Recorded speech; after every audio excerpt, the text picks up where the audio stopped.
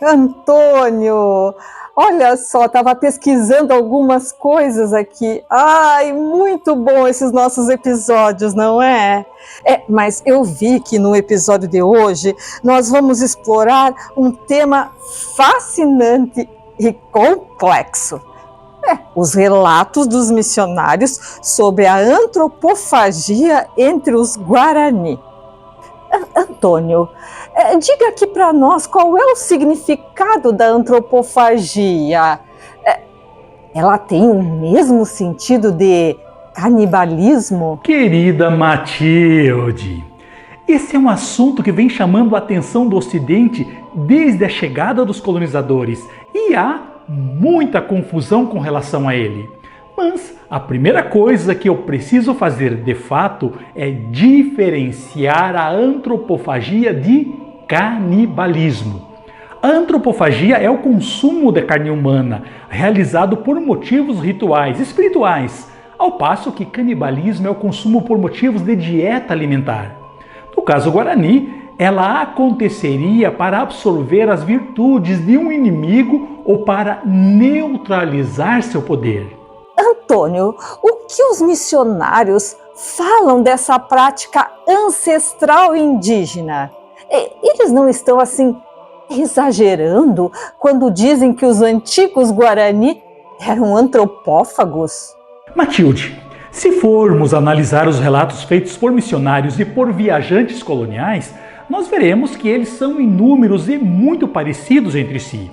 Mas vamos nos restringir somente aos relatos dos jesuítas, a começar pelo que foi feito pelo padre Montoya. Dirá ele que após a morte do prisioneiro, as mães tomavam uma parte cozida do corpo do morto ou tocavam nele e com isso davam nome aos seus filhos. Quer dizer, aqui já temos uma primeira explicação para a antropofagia. Sobre o ritual de nominação trataremos no próximo episódio.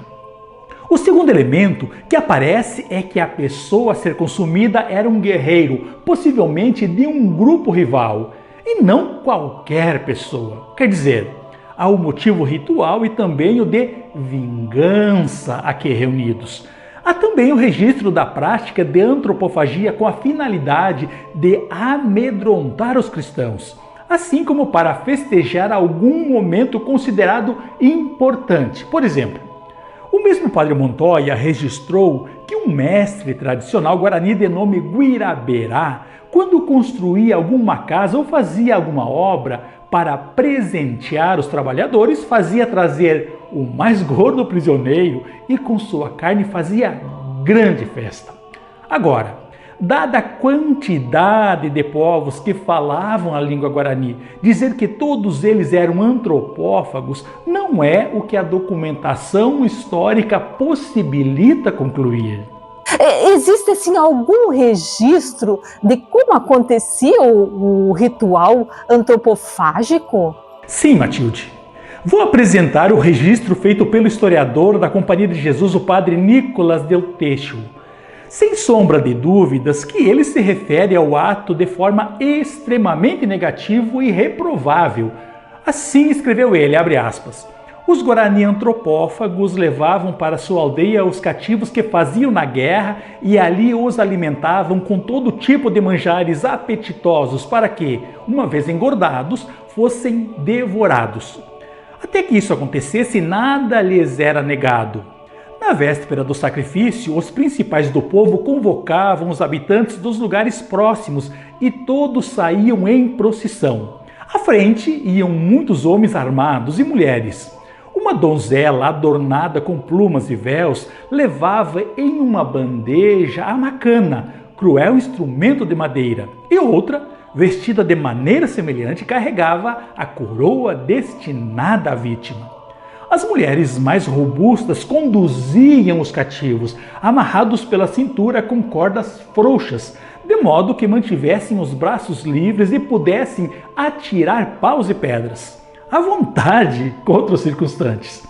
Quando algum destes era ferido, todo o povo celebrava com aplausos e gritos o vigor e a destreza dos prisioneiros.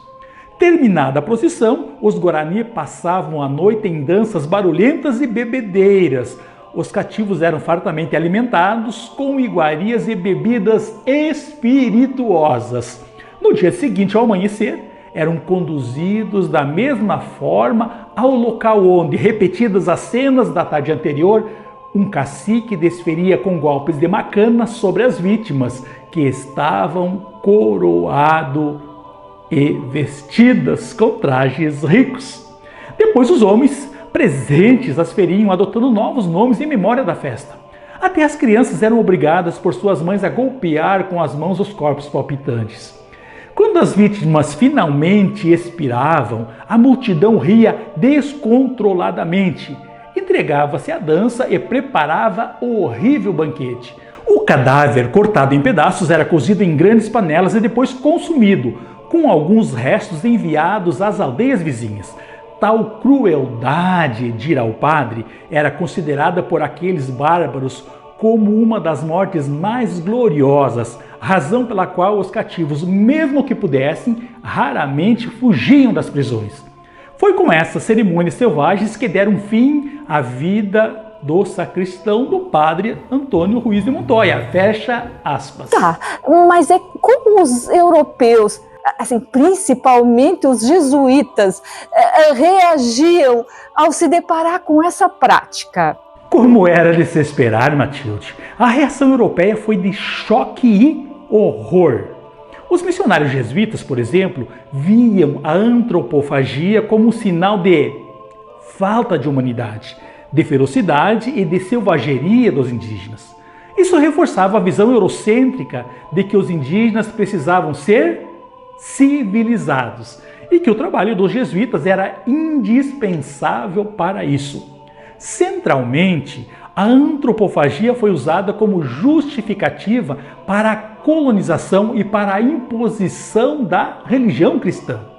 Não precisa enfatizar que os missionários proibiram de pronto a prática do costume e que passaram a combater os líderes religiosos guarani desde a chegada em solo americano.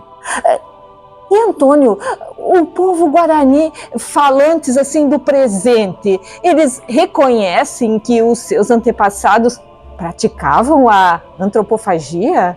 Matilde, nessas 3 décadas de contato com os povos indígenas, não encontrei nenhum relato de antropofagia entre eles. Inclusive, muitos me falaram que essa história de antropofagia foi obra dos missionários para que justificassem a sua ação entre eles. Pelo sim e pelo não, o que posso dizer é que o tema continua complexo e cheio de mistérios. Espero que tenhas gostado do assunto tratado nesse episódio. Até o próximo Água de EVT. Obrigado.